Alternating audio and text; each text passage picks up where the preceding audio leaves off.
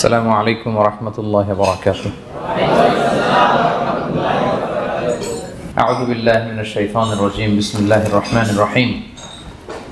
নাহমাদুহু ওয়া নুসাল্লি আলা রাসূলিহিল কারীম। আম্মা বা'দু ফাআউযু বিল্লাহি মিনাশ শাইতানির রাজীম। বিসমিল্লাহির রহমানির রহিম। ইয়াসিন ওয়াল কুরআনিল হাকীম ইন্নাকা লামিনাল মুরসালিন আলা সিরাতিল মুস্তাকিম। সাদাকাল্লাহুল আযীম। রব্বি ইশরাহ লি সাদরি ওয়া ইয়াসসির লি আমরি ওয়াহলুল উকদাতাম মিন লিসানি ইয়াফকাহু কওলি। সূরা ইয়াসিনের নাম শুনেছেন না আপনারা সবাই? মুখস্থ আছে না অনেকের? আমরা ছোটবেলা থেকে দেখতাম যে আমাদের দাদিরা, নানিরা, মায়েরা, খালারা ওনারা সূরা ইয়াসিন সকালবেলা পড়তেন, তাদের মুখস্থ ছিল সূরা ইয়াসিন। তো সূরা ইয়াসিন দুইটা পারায় একসাথে করে অবস্থিত, 22 এবং 23 পারা। এটা মাক্কি সূরা, ধারাক্রম অনুসারে এটা কোরআনের 36 নম্বর সূরা। এই সূরাটির আয়াত সংখ্যা মোট 83। এই সূরা অনেক ফজিলত আছে, কিন্তু ফজিলতগুলো বেশিরভাগ দুর্বল সনদের। একটা শুধু হাসান পর্যায়ের হাদিস পাওয়া যায়, বাকি সব দুর্বল। তো দুর্বল হলেও সমস্যা নাই, ফজিলতের ক্ষেত্রে দুর্বল হাদিস গ্রহণ করা যায়। কি কি আছে? এক হাদিসে সুনানে তিরমিজির বর্ণনায় রাসূল সাল্লাল্লাহু আলাইহি ওয়াসাল্লাম বলেছেন, ইন্না লিকুল্লি শাইআন কলবান ওয়া কলবুল কুরআনি ইয়াসিন। সব জিনিসের হৃদয় আছে, আর কোরআনের হৃদয়ের নাম হচ্ছে সূরা ইয়াসিন। যে ব্যক্তি একবার সূরা ইয়াসিন পড়ে, সে 10 বার পুরো কোরআন পড়ার সওয়াব পেয়ে যাবে। সুবহানাল্লাহ। এটা একটা ফজিলত। আচ্ছা, আরেক ফজিলতে আছে, রাসূল সাল্লাল্লাহু আলাইহি ওয়াসাল্লাম বলেছেন, ইকরাউ সূরাতা ইয়াসিন আলা মাউতাকুম। তোমাদের মুমূর্ষদের সামনে বসে সূরা ইয়াসিন পড়ো। মৃত্যু পথযাত্রী, এখনই মারা যাবে, অসুস্থ হয়ে পড়ে আছে, তাদের যাতে কষ্ট কম হয়, লাঘব হয়, রাসূল সাল্লাল্লাহু আলাইহি ওয়াসাল্লাম বলেছেন সূরা ইয়াসিন তার সামনে বসে পড়ো। কেন? এটা আমি সামনে বলবো। এগুলো দাঈফ সনদের। হাসান পর্যায়ের একটা মাওকুফ হাদিস আছে, ইবনে আব্বাস রাদিয়াল্লাহু তাআলা আনহু বলতেন যে ব্যক্তি মান ক্বারা ইয়াসিন হিনা ইউসবিহু, সকালবেলা যদি কেউ সূরা ইয়াসিন পড়ে, তাহলে সারা দিনের সব কাজগুলো আল্লাহ তার জন্য সহজ করে দেয়। আবার রাতে যদি কেউ সূরা ইয়াসিন পড়ে, সারা রাতের সব কাজ তার জন্য আল্লাহ তাআলা সহজ করে দেয়। এবং ইবনু কাসির ওনার তাফসিরে মিন তাজরিবাতিহি, মানে তার এক্সপেরিয়েন্স থেকে, কোনো হাদিস দলিল না, ওনার অভিজ্ঞতা থেকে বলেছেন যে আমি যখনই কোনো বিপদে পড়েছি সূরা ইয়াসিন তেলাওয়াত করার পর আল্লাহ তাআলা ওই কাজটা আমার জন্য সহজ করে দিয়েছেন। তো এখন সূরা ইয়াসিন বেশি বেশি তেলাওয়াত করবেন তো নাকি? মাশাআল্লাহ, ঠিক আছে। মাক্কি সূরাগুলোর মূল প্রতিপাদ্য বিষয় হচ্ছে তাওহীদ, রিসালাত, আখিরাত। মাক্কি সূরাগুলো সাধারণত তাওহীদ, রিসালাত এবং আখিরাত নিয়ে কথা বলে। সূরা ইয়াসিনও তার ব্যতিক্রম নয়। এই সূরারও মূল কথা তাওহীদ, রিসালাত এবং আখিরাত। বিশেষ করে পুনরুত্থান, পুনরুজ্জীবন, the concept of resurrection, life after death. মৃত্যুর পরে যে আবার আমরা জাগবো ঘুম থেকে, আবার জীবন হবে, আবার বিচার হবে, এটা বিশ্বাস হয় আপনাদের? হ্যাঁ, মক্কার লোকদের বিশ্বাস হতো না। তারা অবাক হয়ে শুনতো রাসূল সাল্লাল্লাহু আলাইহি ওয়াসাল্লামের কাছ থেকে যে বলে কি, আমরা মরে যাব, পচে যাব, গলে যাব, জীর্ণ শীর্ণ হয়ে যাব, আমাদের হাড্ডি খুঁজে পাওয়া যাবে না, অস্তিত্ব পাওয়া যাবে না, আবার আমরা নাকি জীবিত হব, আবার নাকি উঠবো, আবার বিচার, আবার কি কি বলে মুহাম্মদ। তারা মিলাতেই পারতো না। এজন্য তাদের কাছে দ্য কনসেপ্ট অফ আখিরা, life after death, specially the concept of রেসারেকশনটাকে ক্লিয়ার করার জন্য আল্লাহ তাআলা এই সূরাটা নাযিল করেছেন। তাহলে এই সূরার সেন্ট্রাল থিম, মূল প্রতিপাদ্য বিষয় হচ্ছে পুনরুজ্জীবন বা পুনরুত্থান, মানে আবার যে আমরা পুনরায় উঠবো। বিশ্বাস হয় আপনাদের? হ্যাঁ, এটা কিন্তু মহাসত্য, বিশ্বাস রাখতে হবে আমাদের যে না, মরে গেলে সাময়িক দেখা যায় পচে যায়, কিন্তু আবার আমরা উঠবো। এবং এজন্যই মুমূর্ষু ব্যক্তির সামনে সূরা ইয়াসিন পড়তে বলা হয়েছে। আপনি যখন সূরা ইয়াসিন পড়বেন, তার সামনে কাইন্ড অফ আপনি তাকে বোঝাতে যাচ্ছেন যে আপনি প্রকৃতপক্ষে মারা যাচ্ছেন না। এটা আপনার জীবনের পূর্ণ সমাপ্তি নয়, বরং এটা এই নশ্বর দুনিয়া থেকে আপনার অস্তিত্বের সাময়িক একটা বিদায়। কেউ যে মারা যাচ্ছে, আমার দাদা, আমার বাবা মারা যাচ্ছে, আমরা বিদায় দিচ্ছি, আজীবন হারাই ফেললাম নাকি তারে আমরা? কি সে কি আজীবনের জন্য মিসিং? সাময়িক একটা বিদায়, একটা শর্ট ব্রেক। ওনার অস্তিত্বের এই নশ্বর দুনিয়া থেকে ওনার অস্তিত্বের সাময়িক একটা বিদায়, কিন্তু পরবর্তী দুনিয়ায় তিনি কিন্তু আবার অনন্ত জীবন লাভ করবেন। তার মানে শারীরিক একটা মৃত্যু হচ্ছে, তার রুহের কোনো মৃত্যু নেই, হয় ইল্লিনে নয় সিজ্জিনে। ঠিক কিনা বলেন? আমাদের রুহগুলো কিন্তু মরে না, এটা আল্লাহর অর্ডারে ঢুকেছে, আল্লাহর অর্ডারে বের হয়, হয় ইল্লিনে নয় সিজ্জিনে। বিশ্বাসীদের রুহগুলো ইল্লিনে থাকে, আমাদের রুহগুলো যেন সেখানে থাকে, আমরা আল্লাহর কাছে কামনা করি, আমরা পড়ি আমিন। এজন্যই মৃত ব্যক্তিদেরকে আশাব্যঞ্জক করার জন্য এই সূরাটা, এই সূরার মধ্যে যে কথাগুলো বোঝানো হচ্ছে যে না, আবার আপনি উঠবেন, আবার জীবিত হবেন, আবার আমরা মিলিত হব, বিচারের মুখোমুখি হব, আবার আমরা জান্নাতে একত্রিত হব, আমাদের গেট টুগেদার হবে, আমাদের রিট্রিট হবে। মানে মৃত্যুর মধ্যে আমরা আনন্দ খুঁজে বেড়াই নাকি? হ্যাঁ, মৃত্যু নিয়ে অনেকের কত ভয়, কিন্তু আমরা তো মৃত্যুই একমাত্র ওয়ে যার মধ্য দিয়ে আমরা আমাদের রবের সাথে সাক্ষাতের গেট ওয়ে। এটা আল্লাহর সাথে সাক্ষাতের প্রথম ধাপ হচ্ছে আপনাকে দুনিয়া ছাড়তে হবে, এছাড়া কি আল্লাহর সাক্ষাৎ পাওয়া যাবে? যাবে না। এজন্য মৃত ব্যক্তির সামনে আল্লাহর হাবিব সাল্লাল্লাহু আলাইহি ওয়াসাল্লাম রাহমাতুল লিল আলামিন মুহাম্মদ রাসূলুল্লাহ সাল্লাল্লাহু আলাইহি ওয়াসাল্লাম তিনি সূরা ইয়াসিন তেলাওয়াত করতে বলেছেন। তাহলে সেন্ট্রাল থিম ক্লিয়ার সবার কাছে না? এবার আসেন কিছু প্রাইম লেসন, কোর লেসন সূরা ইয়াসিন থেকে। আমি সম্ভবত গত বছর আমার ভেরিফাইড ফেসবুক পেজ থেকে আমি 4টা লাইভ সিরিজ করেছি 4 ঘন্টার সূরা ইয়াসিনের উপর। আপনারা শুনবেন এগুলো, খুবই ওয়েল ডকুমেন্টেড ম্যানারে একাডেমিক ওয়েতে আলোচনা করেছি। যাদের সময় আছে শুনবেন এই লাইভগুলো। তো আমি এখন শুধু সার নির্দেশটা প্রাইম লেসন বা কোর লেসন গুলো নিয়ে আসি। 1 নম্বর লেসন হচ্ছে আল্লাহ তাআলা বলেছেন যে কোরআনের আয়াতগুলো একটার সাথে আরেকটা well connected, completely well knit, এটা well protected. One doesn't differ the other or contradict the other. কোনো আয়াত আরেক আয়াতের বিপরীতে যায় না, একটা আরেকটার সম্পূরক, পরিপূরক, ওয়েল নেট, ওয়েল কানেক্টেড। এটাই প্রমাণ করে যে এটা কার কাছ থেকে নাজিল হয়েছে? আল্লাহ সুবহানাহু ওয়া তাআলার কাছ থেকে নাজিল হয়েছে। আল্লাহ তাআলা এটাই বলেছেন ইয়াসিন, তারপরে ওয়াল কুরআনিল হাকিম। হাকিম বিমানা মুহকাম, মানে কোরআনের আয়াতগুলো পোক্ত। এটা হচ্ছে completely well net, perfectly connected, একটা আরেকটার সাথে কানেক্টেড। এক আয়াত ইফাসসিরু বা'দুহু বা'দান, এক আয়াত আরেক আয়াতকে ব্যাখ্যা করে। অনেক কথা কোরআনের এক জায়গায় সংক্ষেপে বলা হয়েছে, আরেক জায়গায় বিস্তারিত, এক জায়গায় ছোট করে আরেক জায়গায় বড় করে। কোনো আয়াত আরেক আয়াতের সাথে কন্ট্রাডিক্ট করে না। আল্লাহ তাআলা বলছেন আফালা ইয়াতাদাব্বারুনাল কুরআন ওয়ালাউ কানা মিন ইনদি গায়রিল্লাহি লাওয়াজাদু ফীহি ইখতিলাফান কাসীরা। তারা কি কোরআন নিয়ে গবেষণা করবে না? এই কোরআন যদি আল্লাহ ছাড়া অন্য কারো কাছ থেকে নাজিল হতো তাহলে তারা কোরআনের মধ্যে অনেক বিরোধ দেখতে পেত, পরস্পর বিরোধ, অনেক বিরোধ দেখতে পেত। কিন্তু কোরআনের ভেতরে এই পুরো 30 পারায় কোথাও কি এক আয়াতের সাথে আরেক আয়াতের কন্ট্রাডিকশন আছে? কোনো বিরোধ আছে বলেন? না, এটা ওয়েল নেট, ওয়েল কানেক্টেড। অন্য আয়াতে আল্লাহ বলছেন লা ইয়াতিহিল বাতিলু মিন বাইনি ইয়াদাইহি ওয়ালা মিন খালফি। সামনে থেকে পেছন থেকে কোরআনে কোনো বাতিল অনুপ্রবেশ করতে পারে না, কারণ তানজিলু মিন হাকিমিন হামিদ। এটা প্রজ্ঞাময়, প্রশংসিত আল্লাহর পক্ষ থেকে এটা প্রোটেক্টেড একটা কিতাব নাজিল হয়েছে। ফলে এটা কিয়ামত পর্যন্ত প্রোটেক্টেড থাকবে। এক আয়াত আরেক আয়াতের ব্যাখ্যা করে দেয়, এটা হচ্ছে একটা ব্যাখ্যা। আবার আল কুরআনিল হাকিম মানে হচ্ছে বিজ্ঞানময় কোরআন। কোরআনের মধ্যে অনেক বিজ্ঞানের কথাও আছে। শুধু বিজ্ঞান নিয়ে কি আছে, প্রায় 1.5 ঘন্টার লেকচার আছে আমার। Scientific indications of the holy Quran, cosmic symbols, natural phenomena, cosmology, embryology, morphology, blah blah blah, অনেক কিছু। কিভাবে এই পানি উপরে যায়, ওয়াটার সাইকেল, হাইড্রোলজিক্যাল সাইকেল, বৃষ্টি হয়, সূর্য কিভাবে ডুবে ওঠে, চাঁদ, তারপর মহাবিস্ফোরণ, বিগ ব্যাং থেকে শুরু করে মায়ের পেটে বাচ্চার ভ্রূণ কিভাবে ডেভেলপ করে, যত কসমিক সিম্বল আছে কোরআনে, এটা নিয়ে আমার 1.5 ঘন্টার একটা কোরআনের সায়েন্টিফিক ইন্ডিকেশনাল লেকচার আছে। তো সেদিকে আমি যাব না। তো আল কুরআনুল হাকিমের 2টা ব্যাখ্যা হয়। এক হচ্ছে মুহকাম, মানে কোরআনের আয়াতগুলো প্রোটেক্টেড, কানেক্টেড। আরেকটা হচ্ছে কোরআনের আয়াতগুলো বিজ্ঞানসম্মত, বিজ্ঞানের সাথেও কন্ট্রাডিকশন করে না। কিছু যদি অমিল থাকে, বিজ্ঞানের অপেক্ষা করা উচিত। বিজ্ঞান সামনে আরো শিখবে, আরো জানবে, আরো ডেভেলপ হবে, তখন বারবার বিজ্ঞানের মাথা কোরআনের দিকে নিচু হয়ে আসবে। ঠিক কিনা বলেন? যত দিন যায় সহজ হয় কোরআন বোঝা আমাদের জন্য। বিজ্ঞানের আবিষ্কারের কারণে কোরআন বোঝা সহজ হয় এবং মিলে যাচ্ছে সবকিছু। তাহলে এটা হচ্ছে 1 নম্বর লেসন সূরা ইয়াসিন থেকে, যে কোরআনের সব ভার্সেস গুলা আর পারফেক্টলি কানেক্টেড, ইন্টারকানেক্টেড। 1 নম্বর। 2 নম্বর হচ্ছে সূরা ইয়াসিনের 10 নম্বর আয়াতে আল্লাহ তাআলা বলেছেন ওয়াসাওয়াউন আলাইহিম আনযারতাহুম আম লাম তুনজিরহুম লা ইউমিনুন। হে নবী, আপনি তাদেরকে ওয়ার্নিং দেন আর না দেন, সমান সমান, কাজ হবে না। এর কারণ হচ্ছে জেনে বুঝে যদি কেউ সত্যকে প্রত্যাখ্যান করে, তার অন্তরে আল্লাহ মোহর মেরে দেন। জেনে বুঝে সত্যকে প্রত্যাখ্যান করলে, আমি বুঝি নাই, আমি শুনি নাই, আমি জানি নাই, এটা আল্লাহ মাফ করবে। আমি কনভিন্স হই না, এই জন্য মানতেছি না, কিন্তু আমি জানি এটা সত্য, এরপরেও যদি সত্যটা গ্রহণ না করি, তাহলে কার মুক্তি আছে বলেন তো? না, তাহলে মুক্তি নেই। এজন্য যারা সত্যান্বেষী তাদেরকে আল্লাহ পছন্দ করেন। ভুল করে না এরকম কোনো মানুষ নাই পৃথিবীতে। সবাই আমরা ভুল করি, সবার ভুল হয়, এটাতে কোনো অসুবিধা নেই। কিন্তু জেনে আমি সত্যকে মানবো না, এটা আল্লাহ কখনো মেনে নেয় না। অন্য আয়াতে সূরা বাকারা আল্লাহ বলছেন খতামাল্লাহু আলা কুলুবিহিম ওয়া আলা সামঈহিম ওয়া আলা আবসারিহিম গিশাওয়া ওয়া লাহুম আযাবুন আযীম। যারা জেনে বুঝে সত্যকে মানে না, নেগলেক্ট করে, তাদের অন্তরে আল্লাহ সিল গালা মেরে দিয়েছেন, কর্ণকুহরে ছিপি ঢুকিয়ে দিয়েছেন, চোখের সামনে পর্দা, কিছু দেখে না। কারণ ওরা সত্যটা মানতে চায়, নিয়তি করে ফেলছে যে আমি মানবো না। কেউ যদি নিয়ত করে ফেলে যে আমি বুঝবো না, যত বুঝাক তারা বুঝানো যাবে।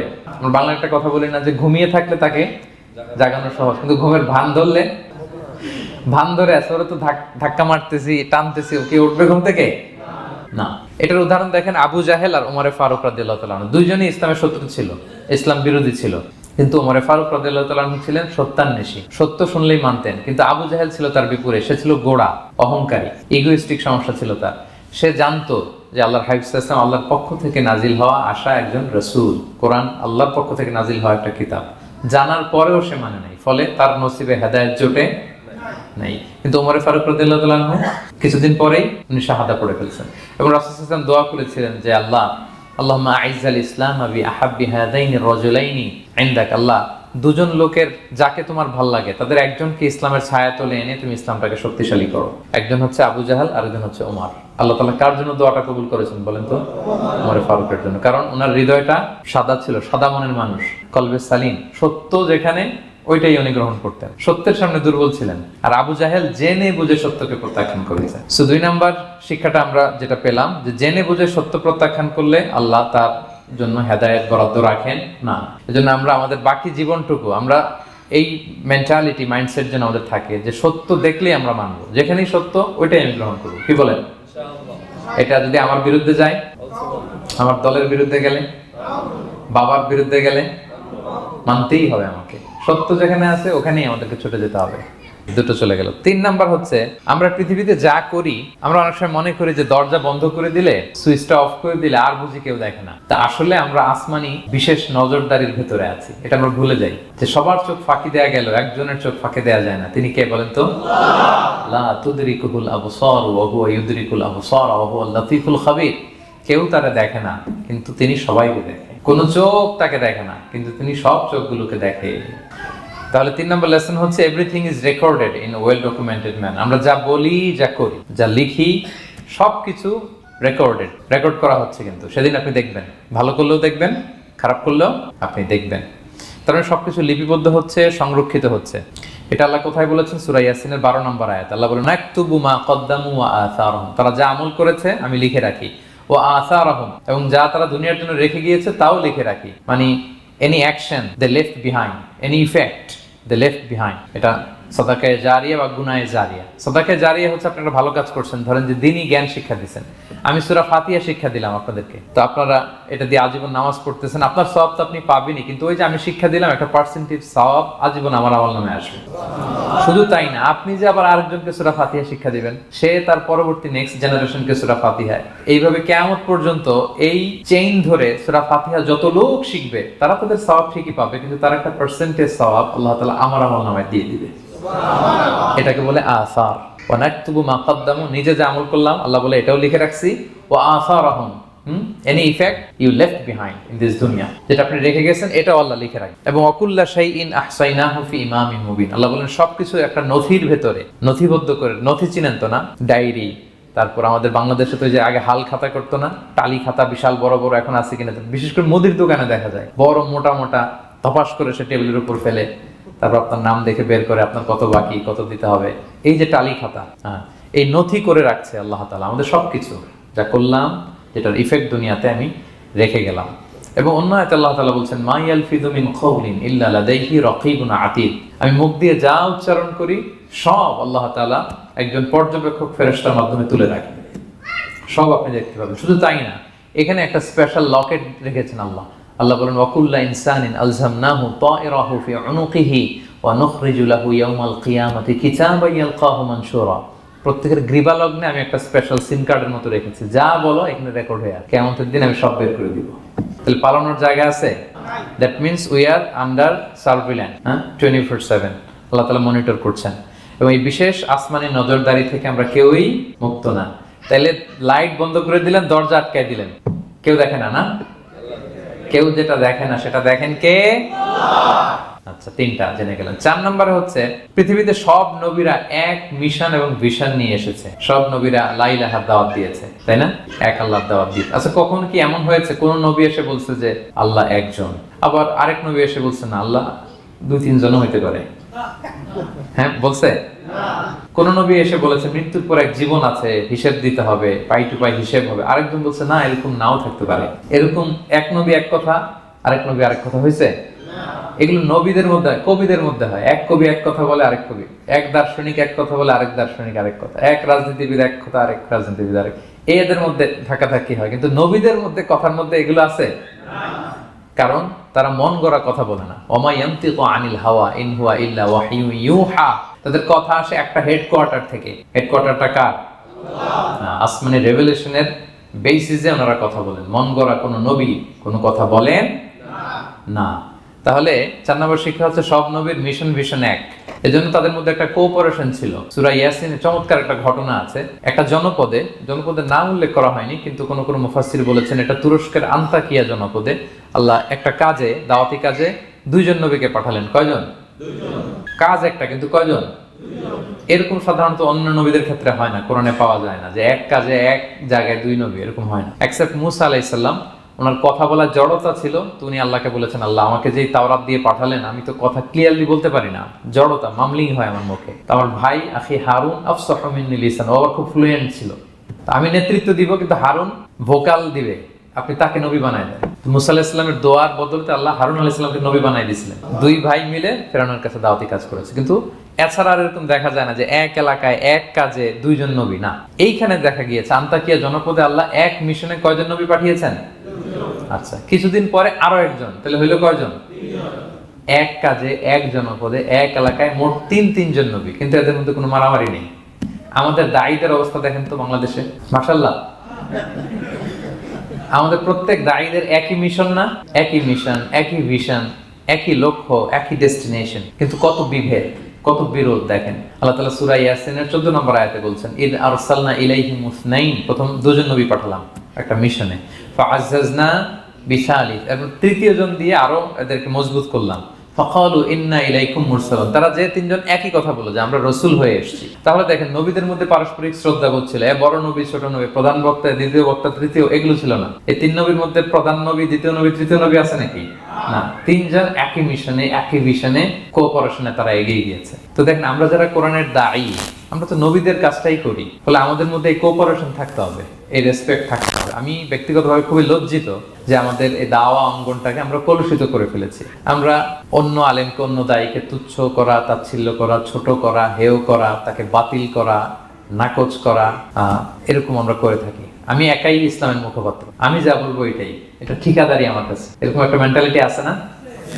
এটা নবীদের মাইন্ডসেট এরকম ছিল না। ওনারা কোঅপারেশনে, কোলাবোরেশনে কাজ করতেন, পার্টনারশিপে, একে অপরের প্রতি রেসপেক্ট। কোন নবী আরেক নবীর বিশ্বৎকার করে নাই, কিন্তু আমরা এক দায়ী আরেক দায়ীকে কাফের বলতেও তো আমরা দ্বিধাবোধ করি না, কি বলেন? আল্লাহ তাআলা আমাদের বোঝার তৌফিক দান করুন। 5 নাম্বার, নবীদের কাজ হচ্ছে আল বালাগুল মুবিন, ক্লিয়ার কমিউনিকেশন, শুধু পৌঁছে দেয়া, বাণীবাহকের কাজ করা। আল্লাহ তাআলা বলছেন, ওমা আলাইনা ইল্লাল বালাগুল মুবিন। ওই 3 জন নবী যখন বুঝালেন, তারা এলাকাবাসী মানে না, রিজেক্ট করলো, কিন্তু তারা বললো যে আমাদের কাজ হচ্ছে পৌঁছে দেওয়া, মানবা কি মানবো না এটা তোমাদের কাজ, আমাদের কাজ কি? আল বালাগুল মুবিন, কোরআনিক টার্মিনোলজি, মানে হচ্ছে ক্লিয়ার কমিউনিকেশন, আমাদের কাজ পৌঁছে দেওয়া, এর বেশি কিছু না। আমরা অনেক সময় একটু জবরদস্তি করতে চাই, জোরাজুরি করতে চাই, এই নামাজ পড়ো না কেন, তাকে জোরাজুরি করা, দাঁড়িয়ে রাখানো, জোরাজুরিতে বেশি কাজ হয় না। আপনি পাওয়ারফুল মেসেজ দিবেন, ইনফ্লুয়েন্স করবেন, এতেই আল্লাহ হেদায়েত দিবে, কারণ হেদায়েতটা নিয়ন্ত্রণ করেন একমাত্র কে? আল্লাহ। আর কারো হাত, এমনকি নবীরও না। কোন নবীও চাইলে কাউকে হেদায়েত দিতে পারে না। আল্লাহর হাবিব সাল্লাল্লাহু আলাইহি ওয়াসাল্লাম মক্কায় মক্কাবাসীদের পেছনে ঘুরতে ঘুরতে পেরেশান। উনি তো রহমতের নবী, উনি ভাবতেছিলেন হায়রে একটু যদি আমার কথা মানতো তাইলেই তো জাহান্নাম থেকে বেঁচে যায়, আর একটু দাওয়াত দেই, সকালে দেই, দুপুরে দেই, বিকেলে দেই, রাতে দেই। তাদের পিছনে ঘুরতে ঘুরতে রাসূল সাল্লাল্লাহু আলাইহি ওয়াসাল্লাম পেরেশান হয়ে যেতেন। আল্লাহ তাআলা সূরা কাহফে আয়াত নাযিল করলেন, ফালা আল্লাকা বাকিউন নাফসাকা আলা আসারিহিম ইল্লাম ইউমিনু বিহাদাল হাদিসি আসাফা। নবী, ওরা যদি শুনতে না চায়, আপনি তো ওদের পিছনে ঘুরতে ঘুরতে পাগল হয়ে যাচ্ছেন বোধহয়, না রেখে দেন, মানলে মানুক, না মানলে নাই। হেদায়েত দেওয়ার মালিক হচ্ছে আমি। ফাযাক্কির ইন্নামা আনতা মুযাক্কির, আপনি শুধু স্মরণ করিয়ে দেন, উপদেশ দেন। লাস্তা আলাইহিম বিমুসাইতির, আপনি বল প্রয়োগ করতে আসেন, আপনাকে দারোগা বানাই পাঠাইনি, আপনি শুধু পৌঁছে দিবেন। এমনকি রাসূল সাল্লাল্লাহু আলাইহি ওয়াসাল্লাম ওনার চাচা আবু তালেবের হেদায়েতের জন্য অনেক ট্রাই করেছেন, কিন্তু হেদায়েত নসিব হয়েছে বলেন? কারণ ইন্নাকা লা তাহদি আহবাবতা ওয়ালাকিন্নাল্লাহ ইয়াহদি মান ইয়াশা। নবী, আপনি যাকে চান তাকে হেদায়েত দিতে পারবেন না। তাহলে আমাদের যারা দায়ী, আমাদের কাজ কি? পৌঁছে দেওয়া। বলেন তো, কাজ কি? পৌঁছে দেওয়া, নাকি বল প্রয়োগ করা, জোরাজুরি করা? মাশাআল্লাহ। 7 নাম্বার লেসন হচ্ছে, এই পৃথিবীর সবকিছু আইন মানে কার? বলেন তো, আল্লাহর। ইচ্ছায় অনিচ্ছায় সবকিছু আল্লাহর আইন মানে, আমরা ছাড়া শুধু। আকাশ, জমিন, বাতাস, বৃষ্টি, মেঘমালা, পাহাড়, সাগর, নদী, সূর্য, চন্দ্র, সব আইন মানে কার? আল্লাহর আইন মানে। সে কথা আল্লাহ বলছেন, ওয়াশ-শামসু তাজরি লিমুস্তাকাররিল লাহা, আমি সূর্যের জন্য একটা গতিপথ দিয়েছি, কক্ষপথ, অক্ষপথ, সে ওইদিকেই ঘুরে, ওরা ঘুরতে বলছে ও ঘুরে, এর কোনো ব্যত্যয় নাই। যালিকা তাকদীরুল আজিজিল আলিম, এটা আমি আল্লাহ ফিক্স করে দিয়েছি। ওয়াল কামারা কাদ্দারনাহু মানাজিলা হাত্তা আদা কাল উরজুনিল কদিম, আর চাঁদকে আমি 30টা মঞ্জিল দিয়েছি। দেখবেন চাঁদ কিন্তু এক জায়গায় উদিত হয় না, 30 দিনে 30 জায়গায়, পুরো মাস ব্যাপী এদিক থেকে ওদিকে শুধু ঘুরে। এটা আল্লাহ ফিক্স করে দিয়েছে, এটা ওর বিধান। আমাদের জন্য কোরআন বিধান হিসেবে দিয়েছে, আমরা মানি না, কিন্তু প্রত্যেক প্রাণীর জন্য, সৃষ্টির জন্য যে বিধান আল্লাহ ফিক্স করেছেন ওরা ওইটাই মানে, এর একটু একচুল পরিমাণ ডান ব্যয় করে না। সুবহানাল্লাহ, সুবহানাল্লাহ। সো জগতের সবকিছু আল্লাহর দেয়া বিধান মেনে চলে, কারণ গোটা জগৎটাই তো তার। গোটা জগৎটা কার বলেন? ফলে আইনও চলবে তার। আমরা যেন আল্লাহর সবগুলো আইন মেনে চলি। 8 নাম্বার হচ্ছে এই যে আমরা জান্নাতের কথা শুনি, কিয়ামতের কথা শুনি, আখিরাতের কথা শুনি, একদিন আমরা এটা চাক্ষুষ দেখতে পাবো, তখন আমাদের এই বিশ্বাসটা আরো প্রগাঢ় হবে। মৃত্যুর পরে যে আমাদের লম্বা ঘুম, এই আমাদের নিদ্রা ভঙ্গ যেদিন হবে, সেদিন আমরা সব দেখতে পাবো, চাক্ষুষ কিয়ামতের সবকিছু। সেটা আল্লাহ তাআলা বলছেন, নুফিখা ফিস সূরি ফাইদাহুম মিনাল আজদাসি ইলা রাব্বিহিম ইয়ানসিলুন। ইসরাফিলের সিংহার ফুৎকারে সেদিন সব মানুষ জেগে উঠবে।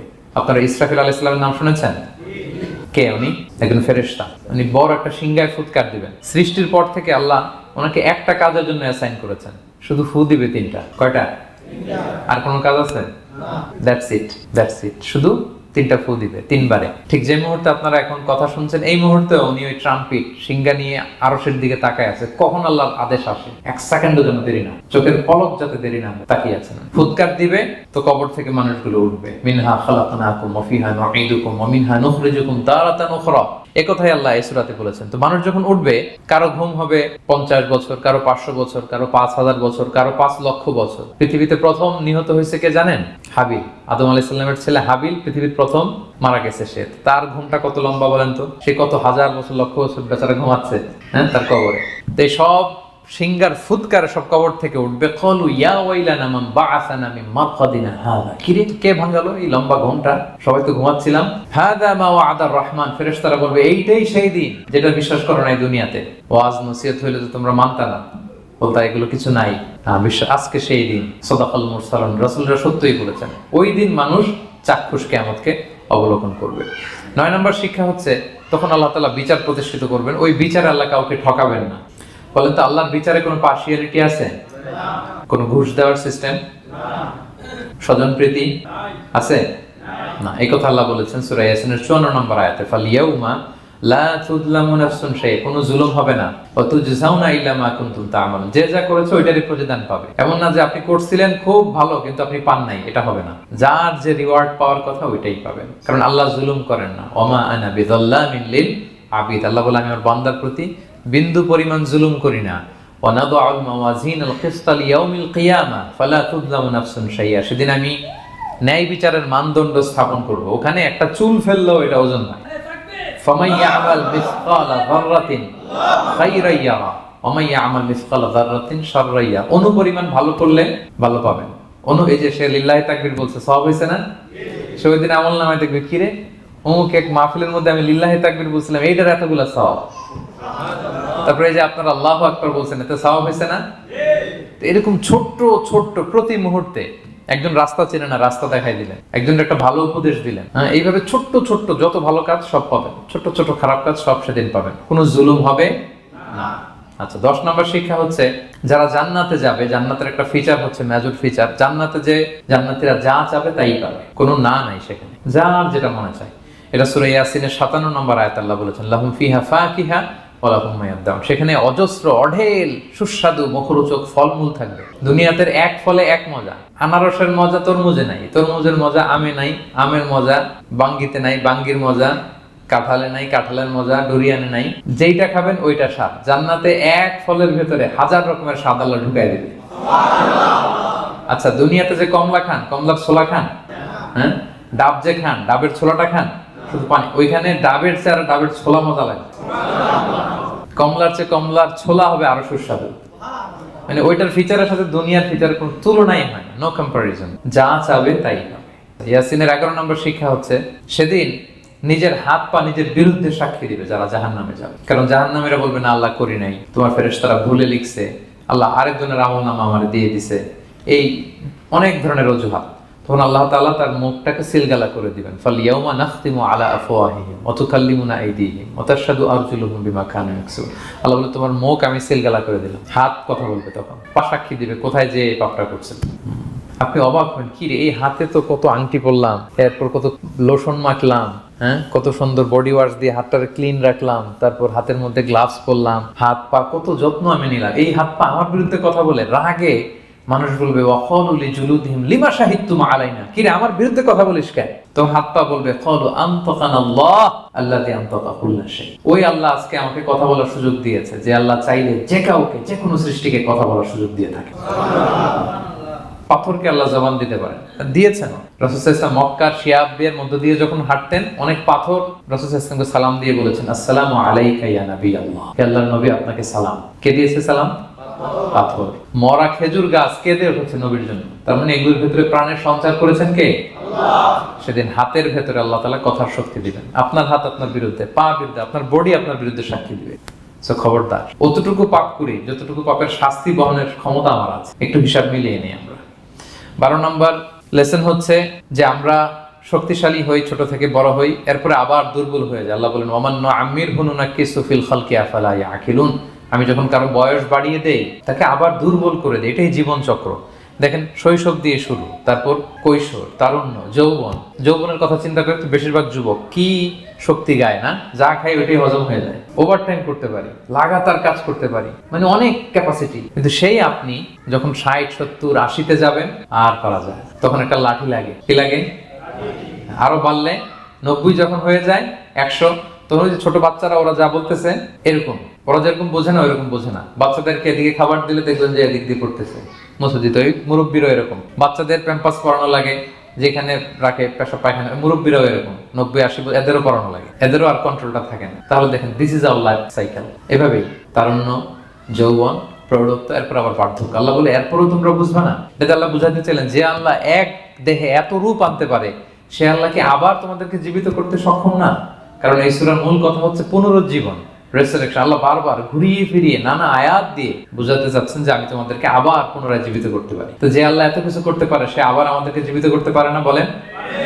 আচ্ছা, 13 নম্বর শিক্ষা হচ্ছে অতীত ভুলে যাওয়া। এটা আমাদের জীবনের জন্য অনেক বড় বোকামি। আমরা ভুলে যাই, অনেক সময় আমরা কি ছিলাম, কোথায় ছিলাম ভুলে যাই। আল্লাহ বলেন আওয়ালাম ইয়ারাল ইনসানু আন্না খালাকনাহু মিন নুতফা ফাইদা হুয়া খাসীমুম মুবিন, মানুষ কি দেখে না যে ওদেরকে আমি কোত্থেকে সৃষ্টি করছি? দেখেন, আমাদের এত বড় বাড়ি গাড়ি, আমাদের এত নাম যশ খ্যাতি, আমরা আদিতে কি ছিলাম? সামান্য এক ফোঁটা বীর্য। বাবার পিঠ থেকে, মায়ের গর্ভে ছোট্ট একটা পানি থেকে আমাকে সৃষ্টি করেছেন কে? আল্লাহ। এই সৃষ্টির আগে তো কিছুই ছিলাম না। আপনার বয়স এখন 50, আচ্ছা 500 বছর আগে আপনি কই ছিলেন বলেন? আপনার দাপটে তো আজকে থাকা যায় না এই পৃথিবীতে, সব নাকি আপনার, এরকম বলে না? সব আমার, আমার পাওয়ার, আমার ক্ষমতা। আজ থেকে জাস্ট 500 বছর আগে আপনি কই ছিলেন? আপনার কোনো নাম ছিল? আপনার কোনো গ্রাম ছিল? কোন অ্যাড্রেস ছিল? খ্যাতি ছিল? দাপট ছিল? লোক লস্কর কিছু ছিল?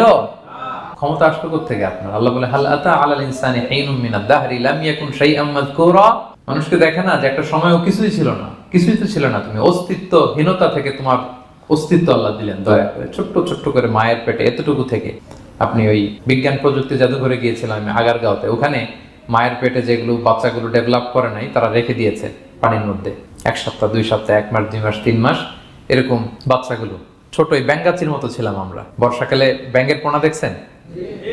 জাস্ট লাইক ব্যাঙের পোনা, এত ক্ষুদ্র ছোট্ট আমরা ছিলাম। আল্লাহ বলে তুমি দেখো না তোমার পিছনটা কি ছিল? অতীত। এজন্য অতীত ভুলে যাওয়া যাবে না। 14 নম্বর শিক্ষা হচ্ছে পুনরুত্থান, যেটা আসল শিক্ষা সূরা ইয়াসিনের, মানে মৃত্যু পরবর্তী জীবন। এটা মহাসত্য, এটা হবেই। হ্যাঁ, লম্বা আয়াত, আমি শুধু মূল কথাটা বলি। আস ইবনে ওয়াইল মক্কায় রাসূল সাল্লাল্লাহু আলাইহি ওয়াসাল্লামের কাছে একটা মরা লাশের হাড্ডি, কঙ্কাল থেকে হাড্ডি এনে, এটা 100 বছর আগের হাড্ডি, এরকম হাত দিয়ে গুঁড়া করে এটা পাউডার হয়ে গেছে। রাসূল সাল্লাল্লাহু আলাইহি ওয়াসাল্লামের কাছে এসে ভেবে একটা ফু মারলো, ফু দেওয়ার সাথে সাথে এটা বাতাসে মিলে গেছে। তো বলতেছে মুহাম্মদ, এই যে কঙ্কালের এই পাউডারটা তুমি বলতেছে এইটারে আল্লাহ জীবিত করবে, এটারে রিকনস্ট্রাক্ট করবে, কি বলো তুমি? What are you talking about? এটাও সম্ভব? আল্লাহ এই কথাটা সূরা ইয়াসিনে তুলে ধরলেন যে দারাবা লানা মাসালান নাসিয়া খালকা ক্বালা মান ইউহিল ইযামা ওয়া হিয়া রামীম, এটারে কে আবার জীবিত করবে? এটা তো জীর্ণ শীর্ণ ধুলা বালু পাউডার হয়ে গিয়েছে। আল্লাহ বলেন কুল, নবী আপনি ওয়াইলকে বলেন ইউহিহাল্লাযী আনশাহা আউওয়ালা মাররা, ওই আল্লাহ সৃষ্টি করবেন যে এটারে প্রথমে বানাইছিলেন। এটার তো অস্তিত্ব ছিল না, অস্তিত্বহীন থেকে যখন আল্লাহ বানাইতে পারেন, এটা মরে যাওয়ার পরে তারে আল্লাহ আবারও বানাতে পারবেন। ঠিক কিনা বলেন? আচ্ছা বলেন, কোন জিনিস প্রথমে বানানো সহজ না দ্বিতীয়বার বানানো সহজ? দ্বিতীয়বার, তাই না? তো প্রথমেই যেহেতু আল্লাহ আমাদেরকে বানাই ফেলতে পারছে, মরে গেলে গলে গেলে পচে গেলে দ্বিতীয়বার বানানো কেন জন্য কঠিন হবে? কঠিন হলে তো প্রথমবার হওয়ার কথা ছিল, যেহেতু নমুনা ছিল না, আল্লাহর কাছে কোনো মডেল ডিজাইন ছিল যে এটার আলোকে এটা ছিল। তো সেই আল্লাহ যখন আমাদেরকে বানাই ফেলতে পারছেন প্রথমবার, দ্বিতীয়বার কি তার জন্য কঠিন না সহজ?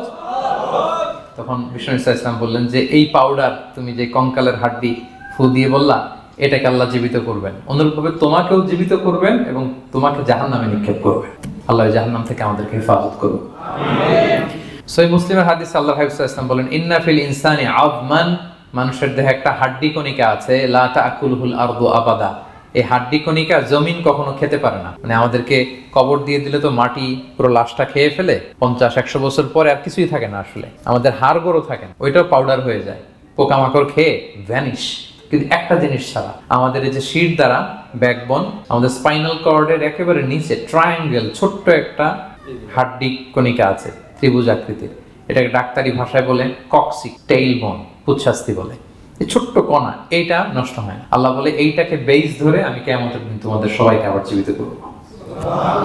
হিন্দুরা যে শ্মশানে লাশ পোড়ায়, সব পুড়ে যায়, কক্সিস পুরো নয়, ছোট্ট কক্সিস কোথা হয় জানেন? গরুর লেজটা যেখান থেকে শুরু হয় ওই জায়গায়, মানে আমাদের শিরদাঁড়ার একেবারে নিচের দিকে ছোট্ট একটা ট্রায়াঙ্গেল হাড্ডি কণিকা আছে, খুবই ছোট ট্রায়াঙ্গেল বোন পার্টিকেল।